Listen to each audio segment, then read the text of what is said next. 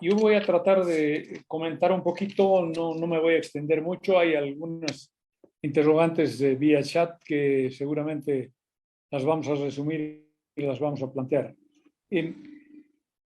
Cuando uno se pone en la situación de inversionista extranjero, ¿qué es lo que espera de un país para invertir en él? Obviamente que interesan las expectativas, qué ofrece el país, cuál es su futuro. Y entre esas condiciones uno quiere encontrar estímulos, ventajas impositivas, quiere encontrar un ambiente de trabajo tranquilo, seguro, estable, que las reglas de juego sean claras y que la convivencia Estado y empresa con un diálogo continuo sean permanentes. Entonces, creo que esas condiciones no están dadas en este momento en el país y eso seguramente está limitando la inversión, que es un tema que no se lo ha tratado mucho en las dos exposiciones. Cuando las reglas no están claras, cuando el tema de la inseguridad de justicia, uno piensa solamente en el juez, en el fiscal, pero no piensa en la implicación real del contexto de la justicia. Cuando uno analiza el tema del contrabando, es que no está funcionando la aduana, no están funcionando los jueces y los fiscales con los contrabandistas. Pero hay un problema central en este tema y ustedes los dos se han enfocado mucho en el tema del contrabando, y es que no se está enfocando el tema del origen del contrabando. ¿Por qué se produce el contrabando? Estamos queriendo resolver el contrabando vía solución de las consecuencias, pero no del origen. Y el origen no se puede resolver si es que no hay la concertación público-privada, si es que no hay el diálogo. Y entonces va a ser muy difícil encontrar soluciones prácticas, pragmáticas, si es que antes no se produce ese diálogo entre el gobierno y la empresa. El foro, por ejemplo, que está planteando la Cámara de Industria, no sé si tendrá participación del Estado, efectivamente. Y no sé si sin la participación del Estado tendremos resultados prácticos. Yo recuerdo que hace tres años o cuatro, cuando Luis Arce era ministro de Economía, vino aquí a Cochabamba, cuando se declaró marxista de convicción, en una reunión de la Cámara de Comercio de Cochabamba, nos explicó que su punto de vista no iba precisamente a la competitividad, sino a la búsqueda de la productividad. Tenemos que ser más productivos, no tanto competitivos, decía él. Pero yo me pregunto, ¿cómo podríamos ser productivos si no podemos seleccionar a la mano de obra? No podemos despedir al ladrón, no podemos despedir al borracho, no podemos despedir al faltón. Entonces, ¿cómo podemos ser productivos? Cuando estamos hablando de la tecnología 4.0, nos estamos enfocando en el concepto de la inteligencia artificial. Y eso está enfocándose hacia la reducción del recurso humano para la optimización del recurso tecnológico. ¿Y qué vamos a hacer con la gente que esté siendo sustituida por la inteligencia artificial? Entonces, otra vez el problema de la necesidad del diálogo entre la empresa privada y el Estado. Lamentablemente, no se siente ese aspecto, y los dos lo han sutilmente dicho, el gobierno no quiere entrevistarse con la empresa privada. Y ese es un tema muy serio que va a impedir que venga inversión extranjera y va a impedir que los propios inversionistas nacionales arriesguen su capital haciendo nuevas inversiones. Parecería que todo el mundo piensa que el empresario lo que está buscando es necesariamente la rentabilidad como único factor para invertir. Y no es verdad. La rentabilidad también es importante, pero no es lo único. Se necesitan reglas claras, se necesitan condiciones adecuadas que les permita trabajar con continuidad, que no hayan recursos de control de precios o control de exportaciones. que a título de garantizar el precio doméstico se afecta al crecimiento de la industria nacional. Como no hay el diálogo en empresa privada y Estado, se emiten disposiciones que no tienen gran efecto y que pueden ser generadas con buena fe o buen criterio en el Estado, pero que en la práctica no funcionan, porque no hay un ambiente efectivo de control y de justicia. Doy un ejemplo. El Estado, para impedir que haya importaciones de calzados, ha impuesto un gravamen arancelario adicional del 40%. Adicional. ¿Eso qué significa? Que los importadores formales de calzados tendrían que estar pagando más o menos un 60%. En la práctica, ¿qué ha sucedido? Que se ha abierto la brecha entre el contrabandista y el formal.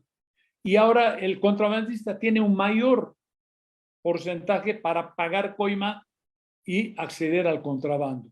Entonces, esa medida, que en su origen podría estar bien conceptualizada, no funciona porque la aduana no funciona, porque las fronteras no están controladas.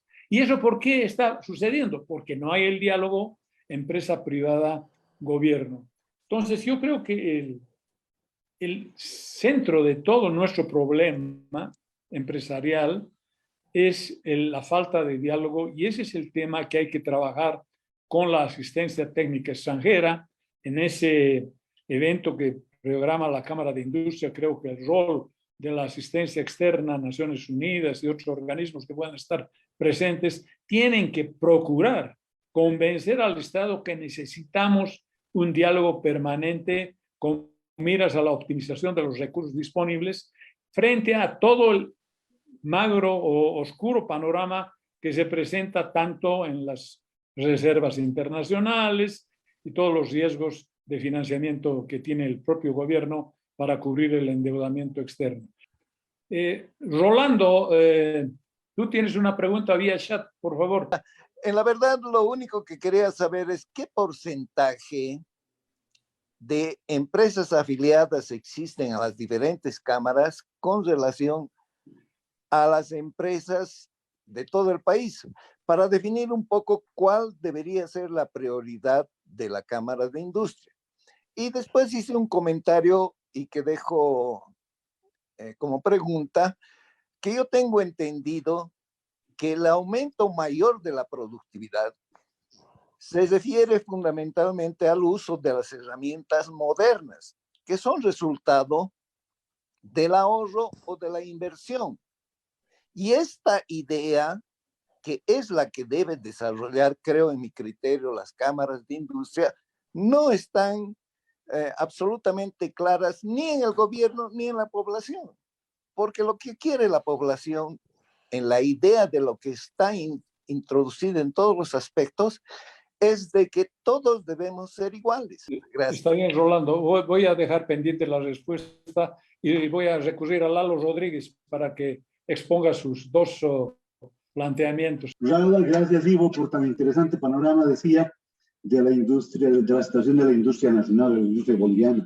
Sin embargo, bueno, la preocupación mía desde el punto de vista académico es pues de que lamentablemente el país, bueno, hemos visto con recurrencia de que prácticamente no tiene un plan de desarrollo, obviamente industrial y por supuesto de desarrollo nacional adecuadamente elaborado. Y obviamente en ese camino la función, el trabajo que debe hacer el Estado como Estado, la empresa privada y la academia, que es el trípode, la triada más importante para el desarrollo de los Estados, no funciona, ¿no? Y las relaciones que tenemos las universidades con la empresa son relaciones muy informales, donde los estudiantes van a hacer prácticas con una supervisión no formal, porque los empresarios no formalizan, digamos, la supervisión que se debe hacer con los estudiantes. Y obviamente esto no permite avanzar en la mejora de la productividad, de la competitividad, de la innovación, ¿no? Entonces yo creo que hay un divorcio por demás claro en este tema de pretender el desarrollo nacional. Efectivamente, lo que has mencionado, los 5 o 6 puntos que has mencionado como problemas para la industria, sí son ciertos, pero yo creo que hay un problema mayor que es el tema del recurso humano, como decía Jorge hace rato. Los recursos humanos que debemos tener al interior de cada empresa tienen que ser pues calificados, que sepan qué es competitividad, qué es productividad y además que sepan hacer eso, ¿no? En tanto no tengamos ese recurso, no vamos a hacer que nuestras empresas funcionen. Y mucho más ahorita cuando estamos hablando de tecnología 4.0, estamos lejísimos de alcanzar eso. No sé cuál es tu percepción al respecto, Ivo, respecto de este fortalecimiento que deberíamos tener, obviamente a partir del requerimiento de los industriales, de las empresas, y obviamente también de la exigencia que deben tener los industriales con la gente que va a hacer prácticas en las empresas. Gracias. Le voy a dar la palabra a Felipe Guzmán, que tiene preocupación sobre la economía naranja. Bueno, desde hace un buen tiempo atrás hemos estado manejando el término de economía naranja, que tiene una incidencia muy importante en todos los países, aunque en nuestro país se hicieron algunos esfuerzos tímidos por no haberse comprendido ese concepto. Ahora me gustó mucho escuchar el término de que, si no me equivoco, es la Cámara de Industria la que planteó impulsar la economía naranja. ¿Y esto qué quiere decir? Me gustaría saber si tienen algún tipo de propuestas concretas al respecto. Bueno, ok, Ivo. Tengo 2 preguntas, pero no sé si voy a cubrir o me olvido de alguna. Primero, ¿qué porcentaje de las empresas afiliadas con relación a las empresas en Bolivia? Hemos hablado de que la Cámara de Industrias tiene, a través de sus cámaras departamentales, a 5.000 empresas afiliadas aproximadamente. La base empresarial nos muestra, la base actual de Fundempresa, nuestro registro de empresas nos muestra que hay 37.140 empresas. Si dividimos esas 5.000 entre las 37.000, estás con el 13,5%. Pero aquí hay un problema, y el problema es que la base de Fundempresa está distorsionada, y está distorsionada porque el gobierno de alguna manera ha influido para que mantengamos una base vigente y no demos de baja a las empresas que están inactivas. Y la base activa es aproximadamente 1/3 de la base vigente. Entonces, en realidad debemos tener aproximadamente unas 10.000 empresas, y si 5.000 están afiliadas, estás hablando del 50%. Con respecto a la segunda pregunta de Lalo, creo que estoy absolutamente de acuerdo con él de que existe un problema serio en las empresas y existe un divorcio entre la academia y la industria, y definitivamente, seguramente no estamos contratando al número de profesionales, y en este caso de ingenieros industriales que egresan de las universidades. Pero esto no solamente está pasando con los ingenieros industriales. En realidad lo que está sucediendo es, como les mostraba, hemos perdido 70.000 empleos de la industria solamente por causa de la pandemia, que no solo los hemos perdido, se han destruido esos empleos. O sea, hay un montón de fábricas que se han cerrado y no han vuelto a abrir. Y eso significa más de un 12% del total de empleos que genera la industria, que son 600.000 aproximadamente. Entonces, hoy en esta coyuntura estamos realmente en una situación muy compleja. Estamos atravesando, por supuesto, un problema de pérdidas de ganancias. Hemos hecho un análisis de las 65 industrias más importantes de Bolivia y hemos visto que en el año 2021 han cerrado con 80% de pérdida de ganancias. O sea que realmente, y hay una tremenda iliquidez, y eso también lleva, por ejemplo, y tú mencionabas bien, Jorge, que el gobierno toma algunas medidas que son intrascendentes por una falta del diálogo. Y aquí, por ejemplo, el gobierno ha sacado una medida que a mí me parece muy buena y ha liberado de impuestos la importación de bienes de capital. Y ahí tú dirías, wow, qué maravilla, vamos a ir a la industria 4.0, vamos a renovar el parque tecnológico boliviano con esta medida que nos libera de impuestos la importación de bienes de capital, y no está sucediendo. Y no está sucediendo, ¿por qué? Porque las industrias están en una iliquidez completa. Entonces es el peor momento y no tenemos fuentes de financiamiento para poder acceder a esa ventaja, que además tiene un espacio de tiempo limitado.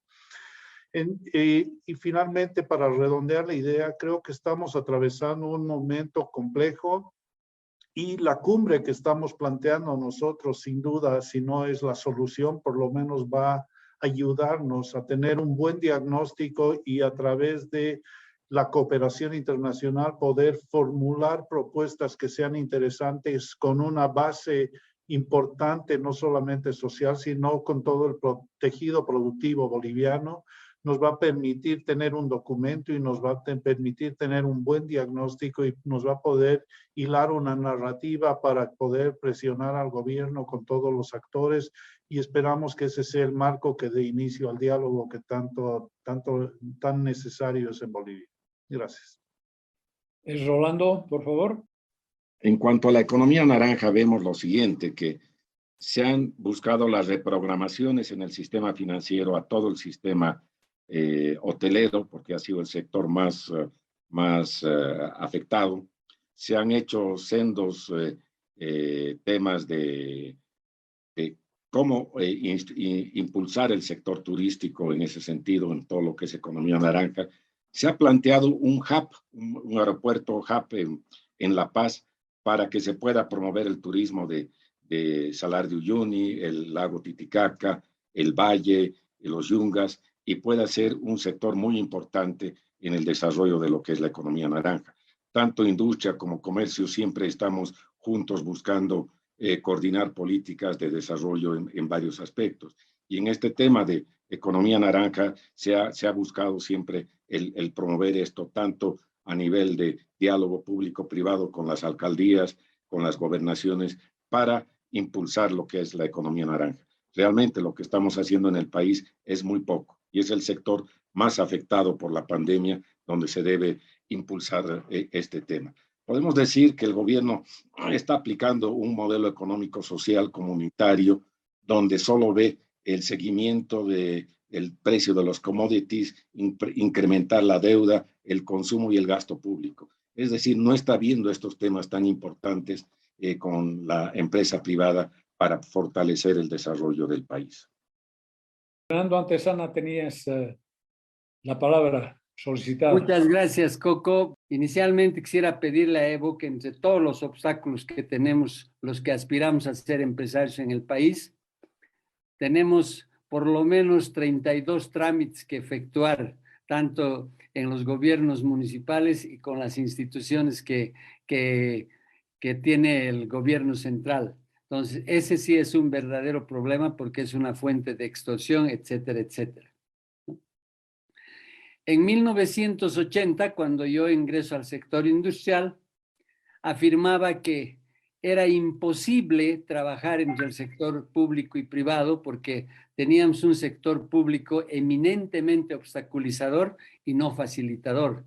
Y es triste ver que casi 40 años después seguimos con el mismo problema y sin ninguna posibilidad de resolverlo.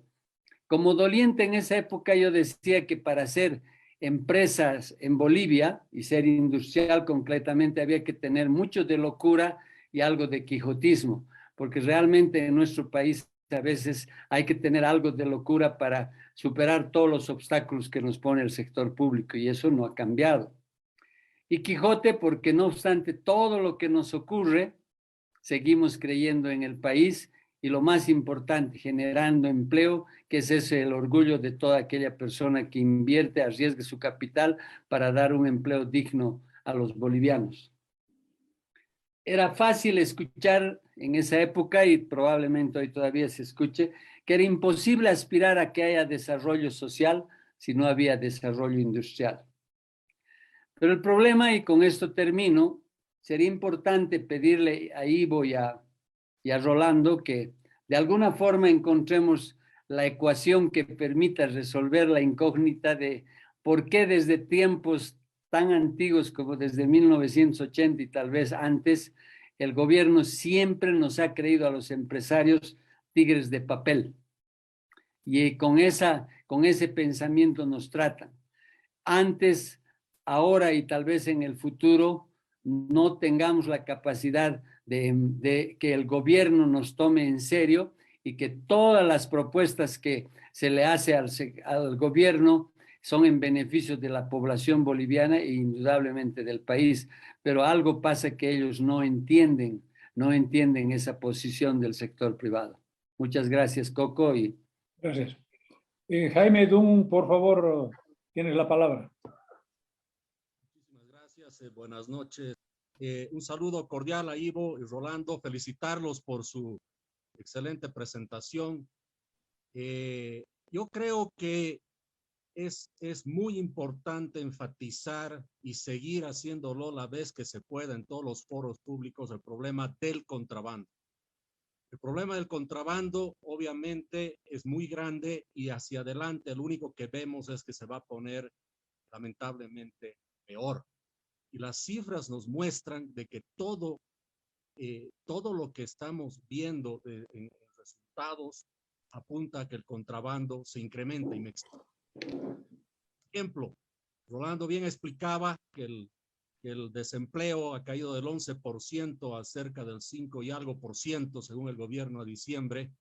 Y dentro de esos números, resulta que la población ocupada nueva, dentro de lo que es la población económicamente activa, ha incrementado en 800,000 empleos, es decir, 800,000 personas que han entrado otra vez a la fuerza laboral.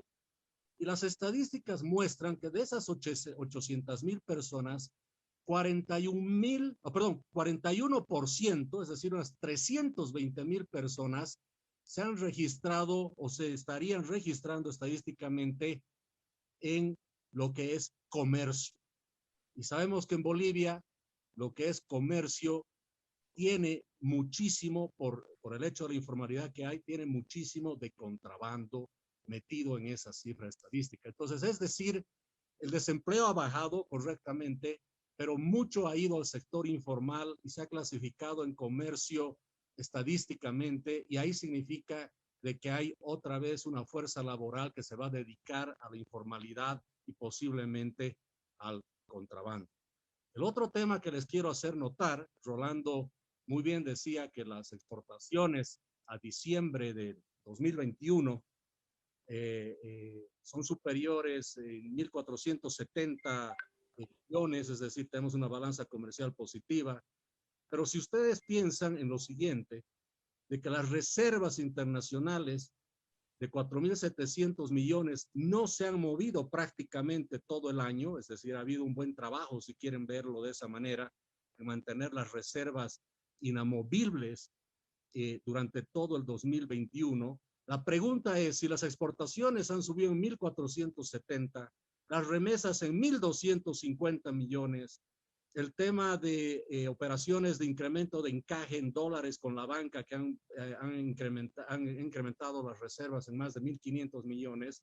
¿Por qué si se han introducido en divisas más de 4.000 millones, las reservas no se han incrementado? Se han mantenido estables, repito, el 2021. Y creo yo que una gran parte de la explicación es porque el contrabando es tan inmenso que esos 2.000 millones que Ivo nos ha hecho conocer con algunos estudios, parece que apunta a una cifra que es en realidad baja comparado a la realidad, que debe ser obviamente mucho mayor, porque si no las reservas se hubieran incrementado y estamos viendo una fuga de reservas muy grande pese a los esfuerzos que se han hecho para aumentar, repito, las reservas. Entonces, el tema del contrabando no es un tema menor, es muy preocupante y lamentablemente hacia adelante se está volviendo un tema aún más grande. Y como último dato, la inflación del 0.9% con un crecimiento del 6% no tiene lógica. O sea, crecer al 6% cuando la inflación es tan baja y viceversa, tener una inflación tan baja con un crecimiento relativamente tan alto, te demuestra de que estamos importando deflación, y la deflación importada viene obviamente vía un contrabando muy grande y muy preocupante. Muchas gracias. Bien. Roberto Lacerna tiene la palabra. Gracias, Coco. Quería tocar dos temas. Creo que Jaime ha planteado uno bien interesante ahora. Y habría que añadir a la fuentes adicionales de divisas que posiblemente alimentan también el contrabando, las divisas que genera el narcotráfico, ¿no? Que no sabemos exactamente a cuánto llegan, pero tampoco llegan a alimentar las reservas internacionales y sí, sin duda, están circulando en la economía. Ahora, aquí me pregunto si no sería lo más lógico, porque lo que se ve es un esfuerzo que hacen ustedes, las cámaras, etcétera, de tratar de que las barreras que son altas para todos los formales puedan aplicarse también al resto. Entonces se trata de exigir que la aduana trabaje, que las barreras sean más funcionales, que puedan aplicarse al conjunto. Y bien sabemos que en la práctica eso no ocurre. Es decir, podemos mejorar 5, 10, 20 automóviles para que funcione la aduana, mandar regimientos a las zonas fronterizas, etcétera, y la cosa no funciona. Incluso en el último año, nomás hemos tenido por lo menos 2, si no 3 ataques armados sobre patrullas militares que están trabajando con las aduanas. Entonces, me pregunto si lo más lógico más bien no sería, en vez de pedir que las barreras altas se extiendan a todos, más bien que se bajen para todos, que sean más útiles, que sean más competitivas para los formales y que todos disfruten de una mayor capacidad de exportar e importar bienes, y el impuesto, en vez de cobrarse en aduanas, se cobre en los impuestos de ventas, en los impuestos, etcétera, al mismo tiempo bajándolos de manera que pueda ampliarse la base tributaria. Es decir, creo que insistir en medidas que los gobiernos anteriores y están tomando desde hace muchos años y que no funcionan, creo que nos lleva al mismo camino de frustración y de dificultad para negociar, porque cuando el gobierno dice no tengo por qué hablar con ustedes, es porque cree que sabe todo y que va a hacer todo bien, y que los gobiernos anteriores lo hicieron mal, ellos lo van a hacer bien, porque son más capos, son más buenos, etcétera, ¿no? Entonces quizás sea un momento de tratar de cambiar un poco la lógica de planteamiento de los problemas, como está en la aduana, y también, y con eso termino, el tema del salario. Lo planteamos a veces como el salario mínimo como un problema de costo, un problema que nos resta competitividad, etcétera, pero en realidad es un problema de empleo también, ¿no es cierto? Porque con un salario mínimo muy alto es cada vez más caro incorporar nuevos trabajadores y es cada vez más caro premiar a los trabajadores más productivos.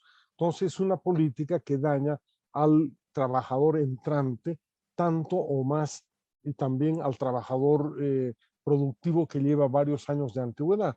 Y de hecho esto se puede probar con los datos, ¿no? En el periodo del MAS, la distancia entre el salario del que entre el salario más alto de una empresa se ha reducido muchísimo, lo que quiere decir que estamos realmente pagando muy alto por los trabajadores menos productivos y estamos castigando a los trabajadores más antiguos, que además son los más productivos. Entonces mi idea sería, ¿por qué no intentamos cambiar un poco el chip de la demanda y de la propuesta hacia el gobierno, para incluso articular una relación mucho más lógica, una relación más amistosa con los pequeños contrabandistas, con los pequeños comerciantes, con los trabajadores antiguos y nuevos, ¿no? Coco Walter Sotomayor pedía la palabra también. Seré muy breve. Primero agradecer a don Jorge Rada, a Ivo y Rolando por la excelente presentación y los comentarios. Mi preocupación va mucho en la línea de lo que decía Roberto, ¿no? ¿Por qué hay contrabando? ¿Y cuáles son los sectores que están más dañados por el contrabando? Esto es muy importante porque esto permitiría no tener una visión puramente policial en relación al contrabando, sino una visión económica.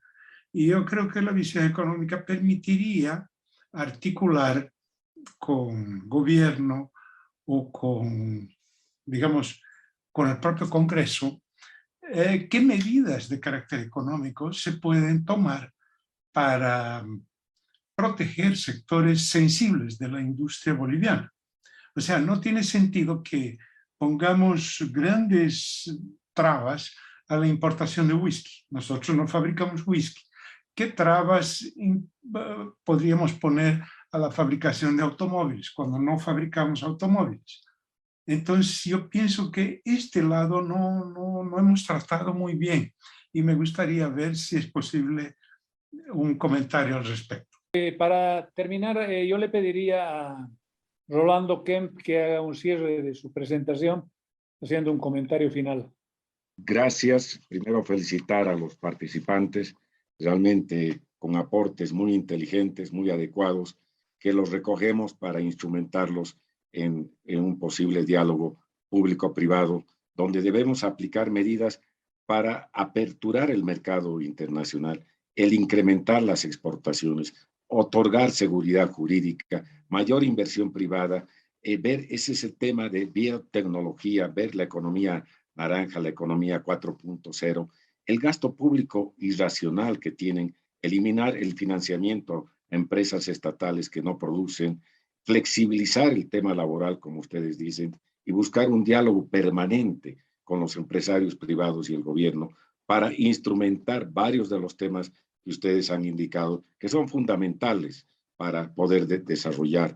Creemos que ser empresario en el país es ser héroe, porque realmente es difícil ser empresario en el país y es difícil subsistir en el contexto correspondiente en todos los aspectos. Creemos que recogemos las inquietudes que ustedes han planteado, creo que son muy importantes, muy inteligentes, que las vamos a ir instrumentando tanto Ivo como mi persona en el desarrollo de los acuerdos público-privados y la instrumentación de que cambiemos el modelo económico, social, comunitario y busquemos encontrar, no solo depender de los precios de los commodities y no seguir el incremento de la deuda en ese sentido. Creemos que el gasto público es la base que ellos tienen para desarrollar y el modelo keynesiano, que es el que lo aplican en varios países. Buscaremos esos temas que ustedes dicen como empresarios del mañana,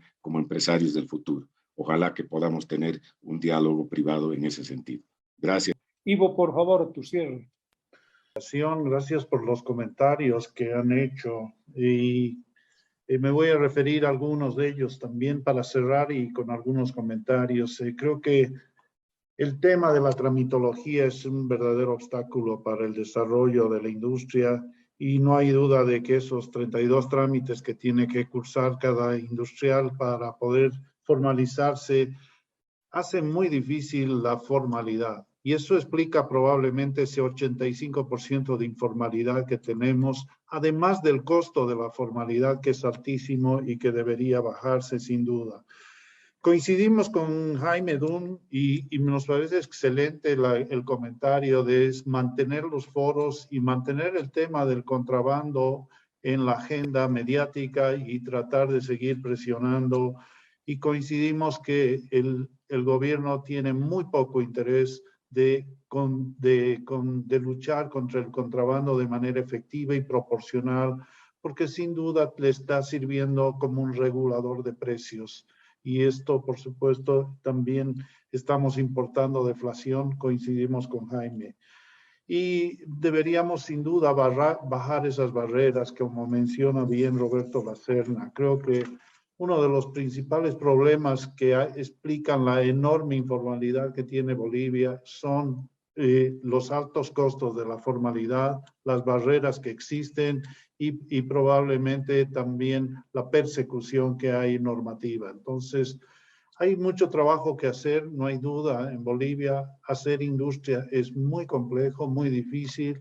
Esta coyuntura especialmente ha mostrado que para continuar haciendo industria hay que ser muy resiliente y creo que los industriales bolivianos están demostrando un coraje que no lo habíamos visto antes, pero por supuesto todo tiene un límite y si el gobierno no se sienta en el corto plazo a conversar con nosotros, a generar condiciones para que podamos desarrollarnos, no hay duda de que vamos a incrementar las importaciones no formales probablemente en desmedro de la industria nacional. Muchas gracias.